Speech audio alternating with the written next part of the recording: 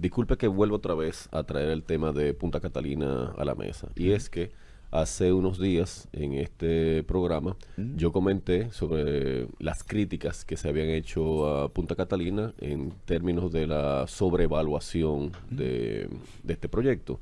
En su momento, además de ser muy crítico desde el punto de vista ambiental, porque consideré que era un desacierto, sobre todo cuando el gobierno dominicano estaba siendo parte de los acuerdos de reducción de CO2 que se están firmando en todo el mundo, abocarse a comprar una planta a carbón cuando ya se estaban desmantelando estas plantas en otros lugares, en China, por ejemplo, me parecía un desacierto.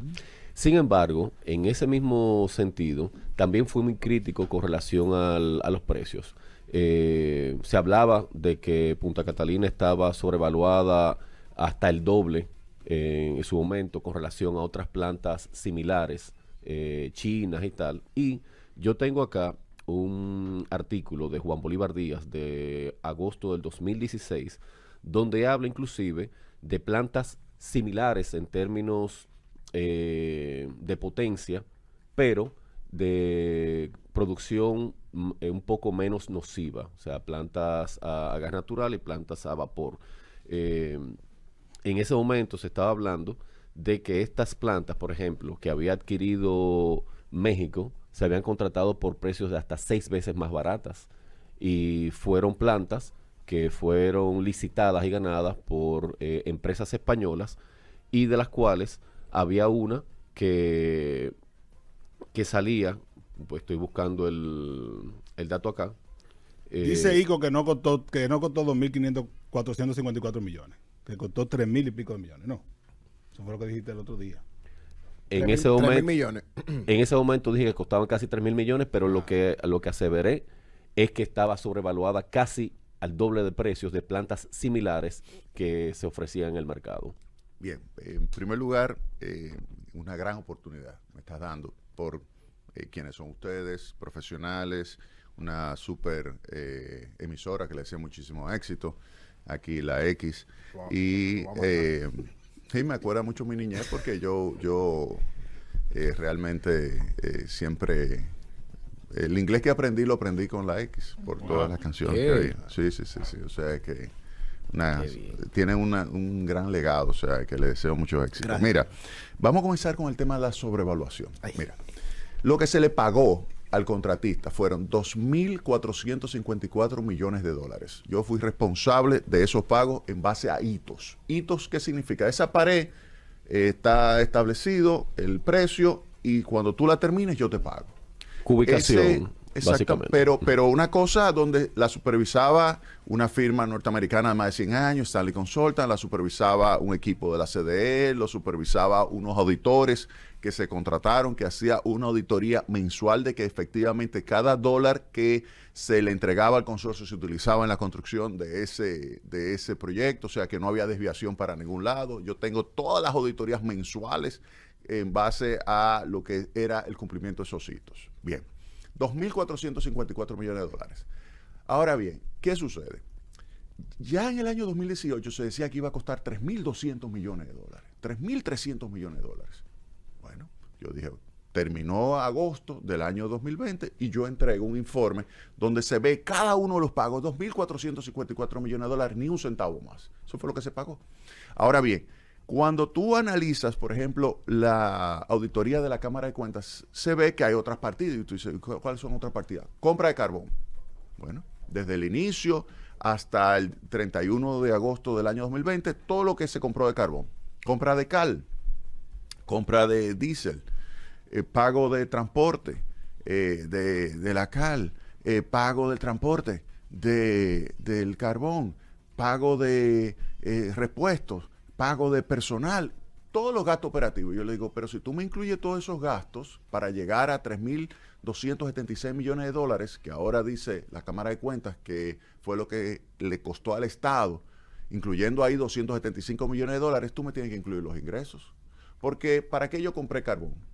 Para generar para ponerla a producir, claro. ¿Para qué yo compré y pagué personal o pagué algún tipo de asesoría? Para ponerla a producir. Entonces, ponme ahí. ¿Qué yo le generé al Estado? Yo le generé al Estado en ese periodo de prueba, desde el 27 de febrero del año 2019, que fue que se conectó, porque tan pronto se conectó, el primer kilovatio yo inmediatamente lo facturé. Inmediatamente se facturó de norte, de sur y de este el primer kilovatio. El de prueba, 26 de febrero, fíjate, 2019, comienza Punta Catalina y se conecta. Comienza a generar 496 millones de dólares. Generó desde el 27 de febrero del 19 al 31 de diciembre del 20. Entonces, ahí es una primera parte que tú me la tienes que restar a los 3.277 millones de dólares que dice que costó, añadiendo todos esos gastos adicionales. Luego está la parte de ahorro que le generó Punta Catalina al Estado, porque en vez de vendérselo a un precio de 15 centavos, los estaba vendiendo en ese momento a 8.25.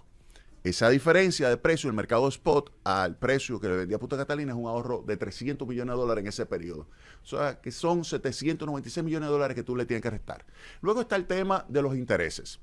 El tema de los intereses son 265 millones de dólares. Dime tú, ¿qué proyecto en la historia de la República Dominicana de 1844 incluye el costo del proyecto de infraestructura pública, incluye los gastos por intereses? De hecho, en el presupuesto, cuando tú ves gasto de capital, ¿incluye ese gasto de capital los gastos por intereses? No. Tú me dices, no, pero para un sector privado, sí. ¿Tú sabes por qué para el sector privado tú le permites que capitalicen los intereses? Porque cuando el sector privado está operando, cuando el sector comienza a generar ingresos, es después que termina el proyecto. Punta Catalina, antes de terminar el proyecto, ya estaba generando ingresos. ¿Con qué? Entonces tú puedes deducir de todos los ingresos. Si tú vas a reducir los gastos de intereses, tú tienes que tomar en consideración todos los ingresos que estabas generando. ¿Te das cuenta? Mientras que el sector privado, tú lo capitalizas para después aprovechar los gastos de depreciación y poder tirar eso a gastos que va a ser deducible del impuesto sobre la renta. Son dos mundos diferentes, pero en la infraestructura pública tú no incluyes los gastos por intereses. Cuando tú haces todo eso, te da a ti menos de 2.250 millones de dólares. Fíjate lo siguiente, yo te dije que se costó 2.454, eso fue lo que se pagó. Pero si tú me añades todos esos gastos operativos, tú me tienes que incluir los ingresos operativos. Si tú me incluyes los ingresos operativos, como obviamente los ingresos son mucho mayor que los gastos, entonces el costo fue menor que los 2.454. Ahora, lo que quieren hacer es decir que es 3.276 simplemente porque con eso le da soporte a lo que ellos decían en el año 2018 que iba a costar ese monto. Pero ellos decían que era porque se le iba a pagar al consorcio constructor 3.276 millones de dólares y al consorcio constructor, ¿cuánto se le pagó? 2.454 millones de dólares. ¿Y qué sorpresa? Entonces, ahora no, porque fue una pregunta larga y tengo que responder. Va el tema ahora de los chinos, etcétera, que era más barato. Mira, tú puedes comparar un carro, por ejemplo, hay que poner una marca, un Mercedes-Benz, con un carrito chino de eso. Acuérdate que hay muchísimos chinos. Hay carros chinos. Con un Chang'an. Bueno, pero un carrito chino de eso malito, mala clase. Chang'an. Tú lo puedes comparar. Pero Yo creo que no. Punta Catalina es lo mejor de lo mejor en carbón, porque había que tomar en cuenta lo que tú muy bien señalas, la protección del medio ambiente. Punta Catalina puede instalarse en Alemania, Punta Catalina puede instalarse en Suiza, Punta Catalina puede instalarse en cualquier país donde hay carbón instalado. Puede instalarse en los Estados Unidos. Punta Catalina cumple con todos los estándares. Los equipos de Punta Catalina no son unos equipos de mala calidad. En primer lugar, General Electric, la turbina. La caldera, Babcock Wilcox. Eso es lo mejor que hay. Oye bien, tanto uno como otro es lo mejor que hay en ese momento. Los equipos de control de calidad de aire, Hammond, o sea, eso es tecnología alemana. O sea, eso es lo mejor de lo mejor.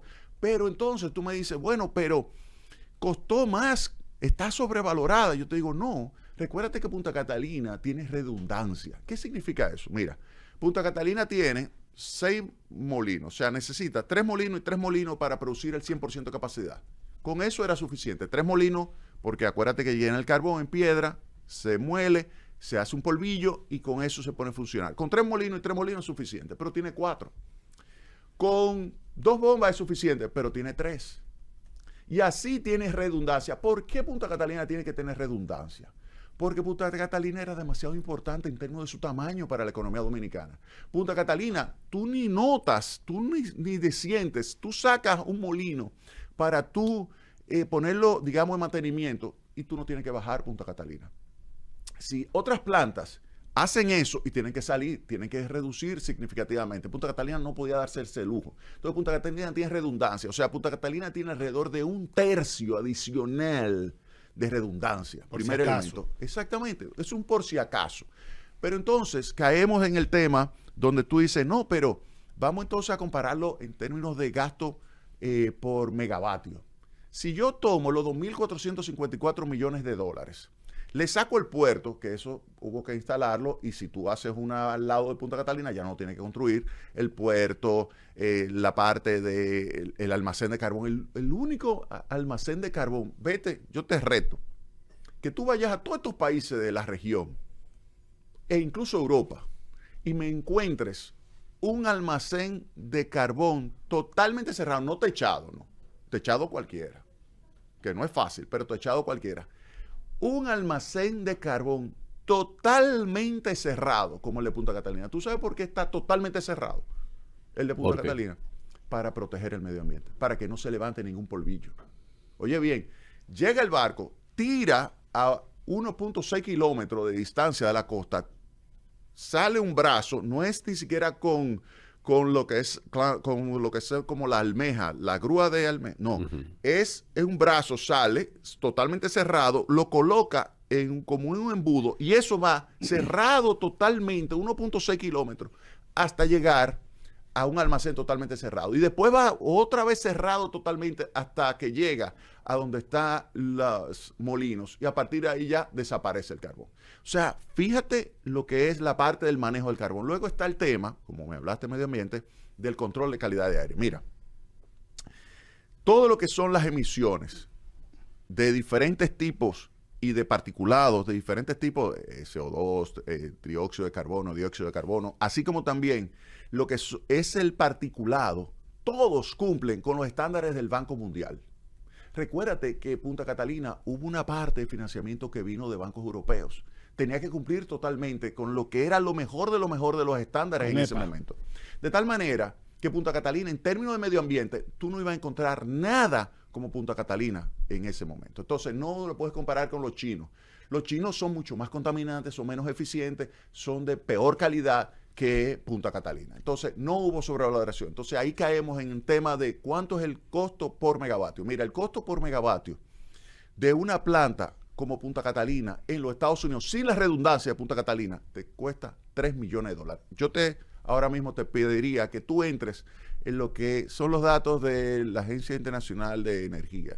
Y ahí tú buscas costo de capital de un brownfield, porque no había nada ahí, brownfield, como Manzanillo, brownfield, de carbón, y te va a salir $3 millones. 4 millones, ahora mismo actualizado. En ese momento era 3 millones. Ahora mismo $4 millones.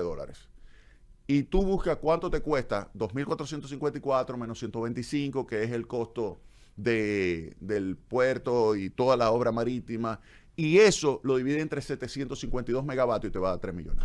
Don Jaime, la verdad que es impresionante el nivel de conocimiento que usted tiene del tema eléctrico. El chat ha estado muy activo. Bueno, Frank, aparte de mis dos hijas, esas unidades son mis hijas. Sí. Bueno, y la voy a defender siempre, porque es el proyecto de infraestructura más importante de la historia de la República Dominicana. Y te voy a decir una cosa, si tú me dices, ¿qué hubiese sido mejor, hacer la gas natural? Yo te digo, sí, en términos, óyeme, si tú me das en el año 2012 gas natural, se hubiese construido en gas natural, porque el proyecto original era gas natural. Pero ¿qué sucede? El presidente de los Estados Unidos le dijo ahí al presidente Danilo Medina que no había carbón hasta el año 2000, que no había gas natural hasta el año 2020. Recuérdate que carbón es el combustible más común y más abundante en el mundo.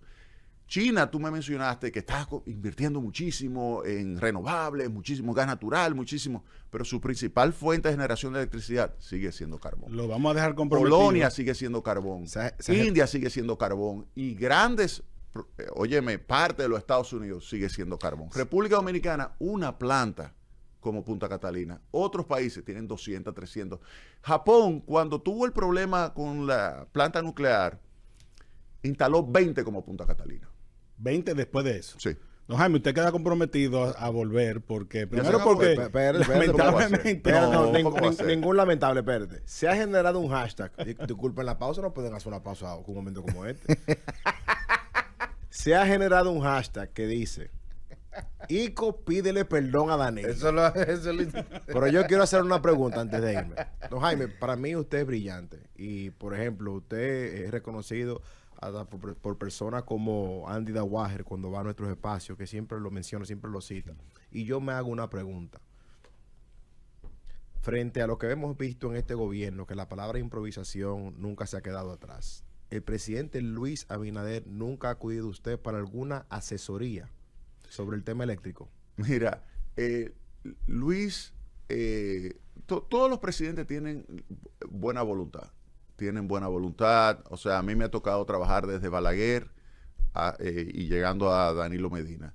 Yo creo que de todos los presidentes, el más amigo que tengo es Luis Abinader. O sea, lo conozco hace muchísimos años.